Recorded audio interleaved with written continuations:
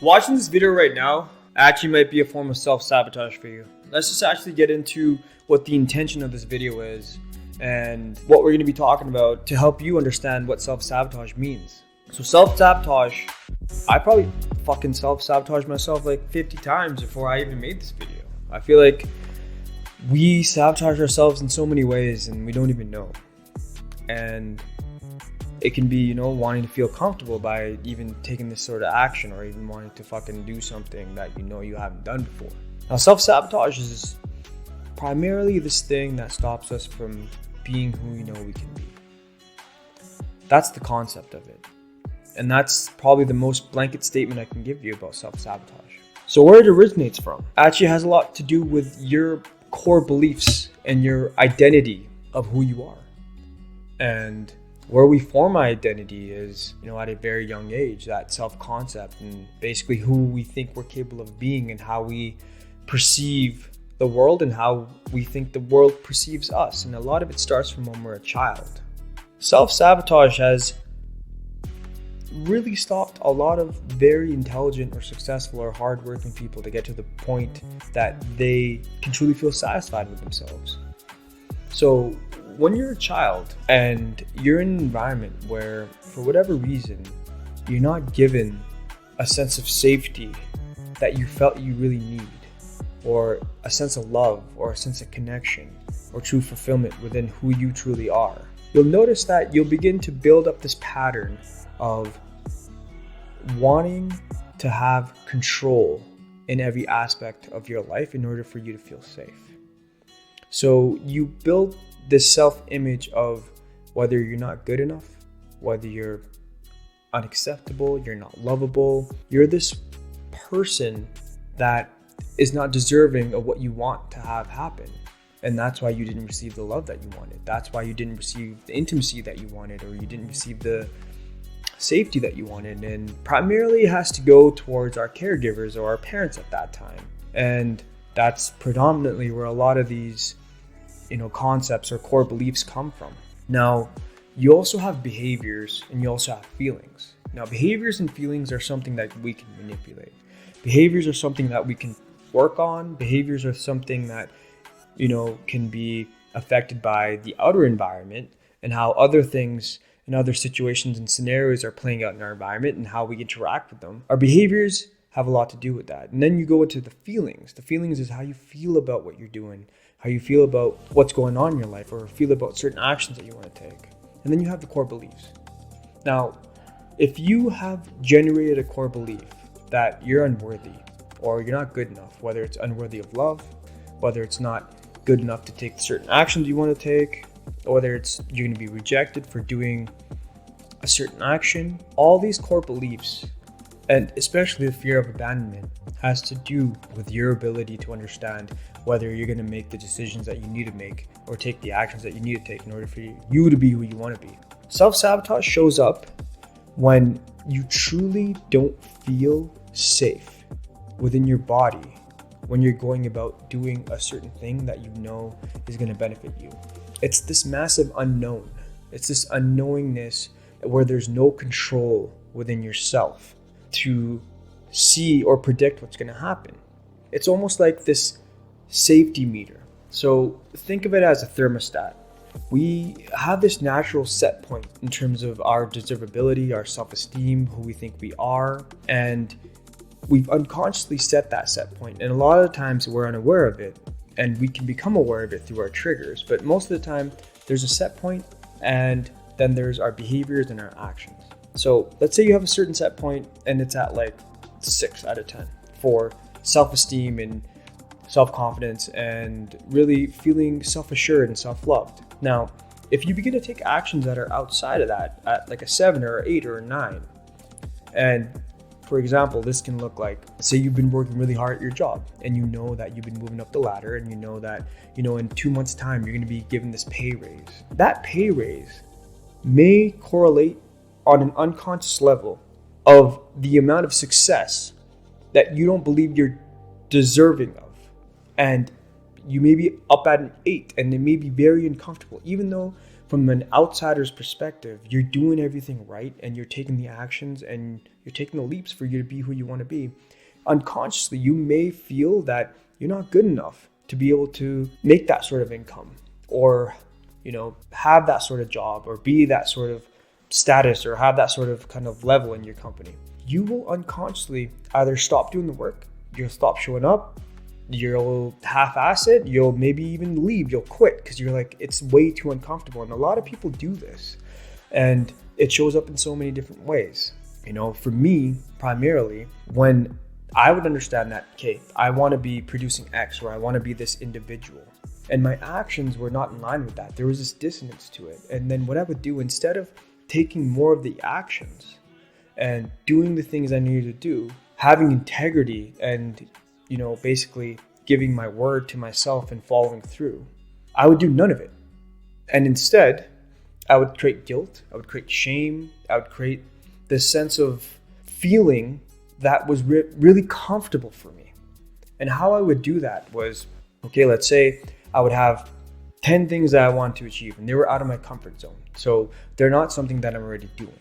I would get into this kind of mode of, I'm going to do this, I'm going to do this, I'm going to do this. And then all of a sudden, either procrastinate or want to read more or learn more, or I'm not ready or whatever it may be. And this may show up for you very differently. It's very unconscious to us, but you can begin to look at these patterns and you can begin to see, what are the things that I'm doing to really unconsciously take me out of the scenarios that are making me uncomfortable, even though I know I'm going to grow from doing them. I would then want to eat a lot, or it would turn into wanting to smoke, to feel present and to feel like, everything's okay. And there's a sense of control now. Everything that we do in order to sabotage ourselves has to do with this feeling of safety and control. And we're kind of trying to juggle these two things. So if we have a certain set point based off of our self-image that we've created as a child, that we're unworthy or we're not good enough, we're only going to take steps or actions that now are in line with that self-image or that set point. And if we're going to try to move out of it, it creates this unknowingness, which creates this massive loss of control and loss of safety. And we'll always want to revert back down to that natural set point to keep us safe. Because the brain and your unconscious has no idea that you're going to try to start a business. It thinks that, who you're being right now and what you've done, and you've grown up and you're at a certain age, you're good. It doesn't understand the aspirational aspect of these things. And so for you to understand that your self-sabotaging behavior may just be coming from feelings that you don't truly experience within yourself when you're taking that action.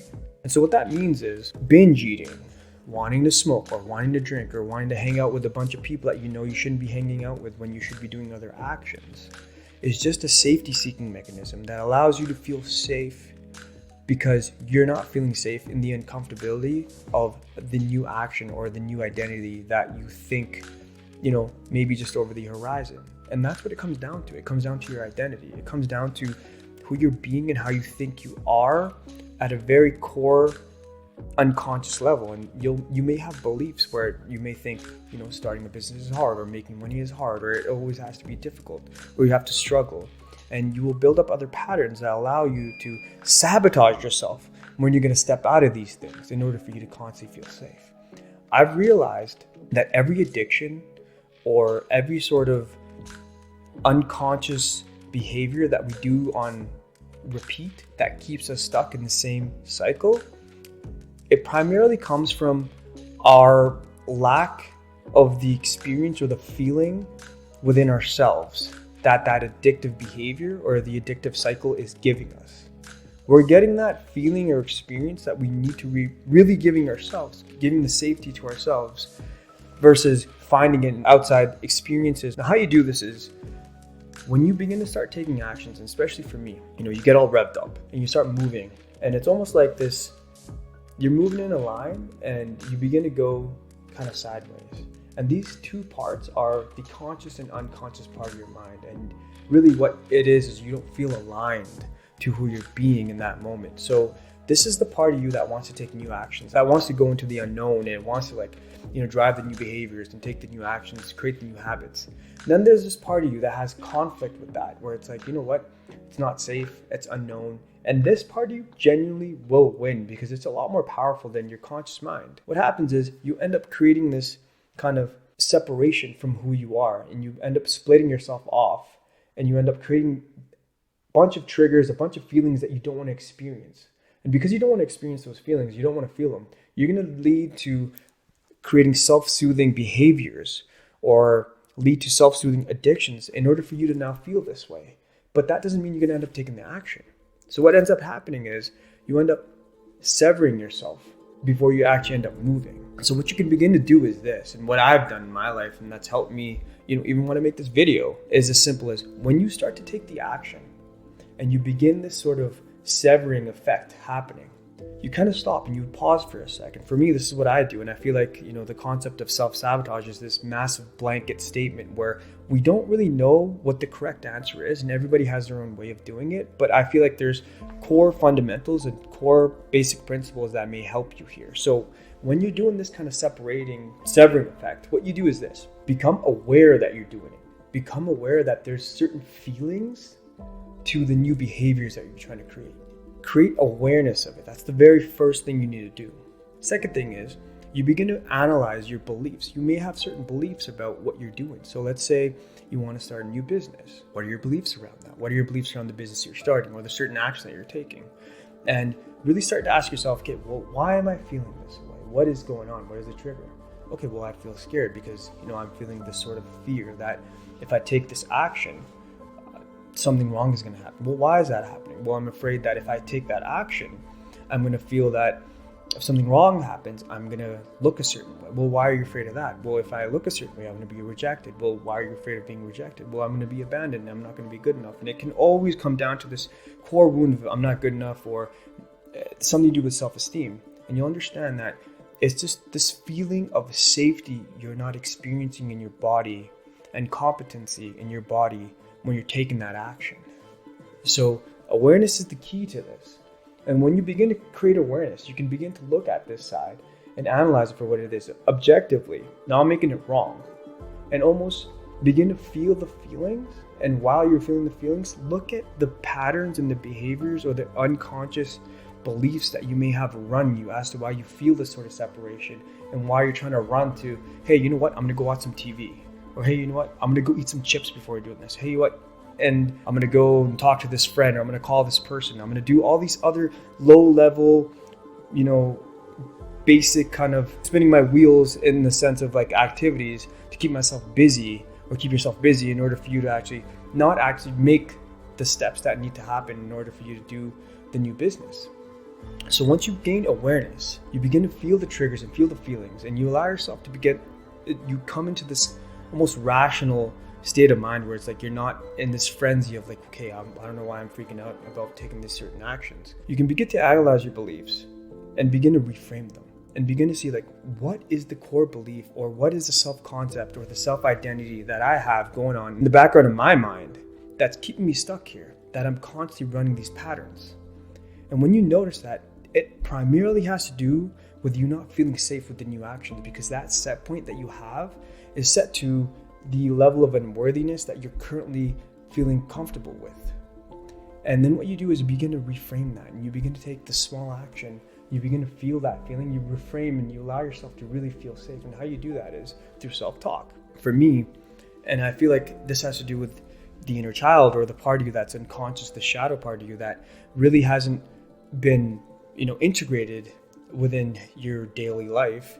You begin to analyze it, and you begin to let yourself know that, you are safe, that you're not going to be rejected, that, you have your back, and you begin to reparent yourself, and you allow yourself to feel safe within your body. In that moment, and this may seem like a very long process, but it's not. It's as simple as unconsciously you beginning to feel that you're unsafe because you're taking actions that are outside of your set point, becoming aware of them, beginning to feel the feelings, beginning to reframe what the belief may be, and then beginning to take small steps when you feel that you've kind of come back to this place after doing certain self-talk, after allowing yourself to feel comfortable in yourself, after allowing yourself to have the reassurance of, you are safe, you're going to be fine, even if you are rejected, that you're going to be there to take care of yourself, that you're not going to be abandoned because you're there now to take care of yourself. You're basically there to let yourself know that what had happened in the past is not going to happen in the future, because you are now there to be responsible, to give yourself the feelings that you have not felt were met in the past. And by doing that, you'll begin to gain a lot of awareness into where you're taking these, unconscious actions that are stopping you from taking more and more action that will help you become the version that you truly want to be. So this is my understanding of self-sabotage and how I've basically shifted it. And it still happens to me. It still happens where I think I need to know more information in order to make, a certain action, or make a certain video, or I need to learn more, I read more, I need to do more work on myself.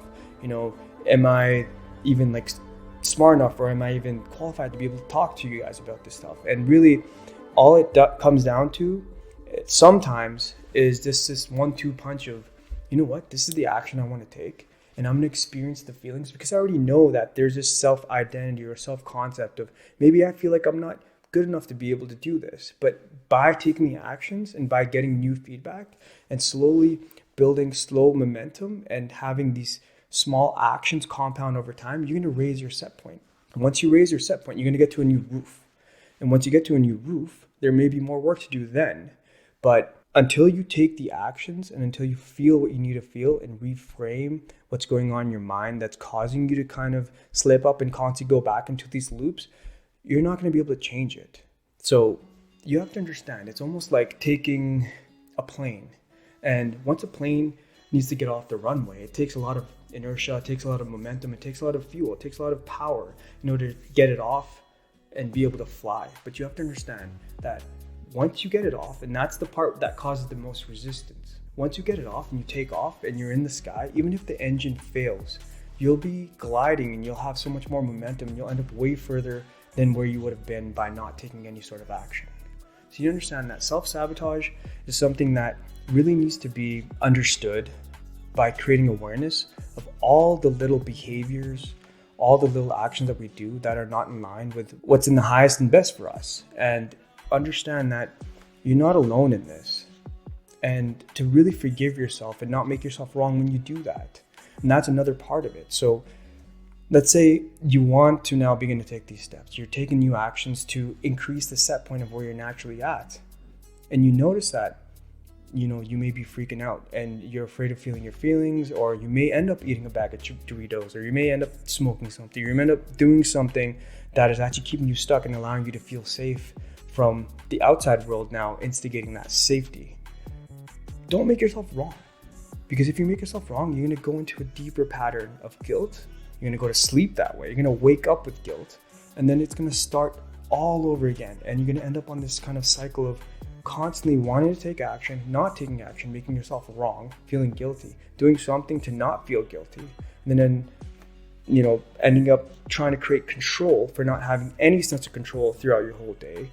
Primarily ending up sleeping super late, or doing something that may not be of long-term benefit to you, and then end up repeating that cycle just so you can try to wake up, try to jump into some form of motivation, watch a motivational video, get yourself revved up, get yourself going, not truly wanting to take the actions, but almost understanding you're taking the action because you think it's something you need to do. And that's, I guess, the last point I want to make here is understanding your why. Understanding, if you are starting a new business, or if you are taking new actions, or you want to get into a new relationship, or you want to make amends with a past friendship or a past relationship, or even with your parents, understand why you're doing it.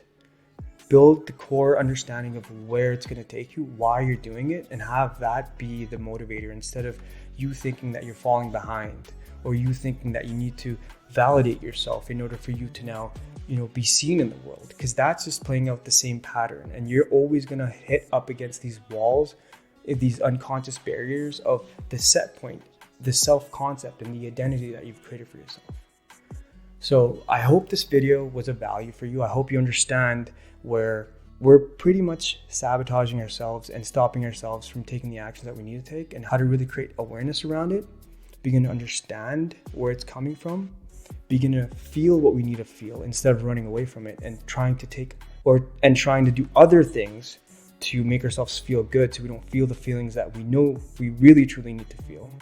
And really take the guidance for what it is and begin to reframe the beliefs that you may have by literally writing them down when you get hit by the resistance of the new actions you want to take, reframing them.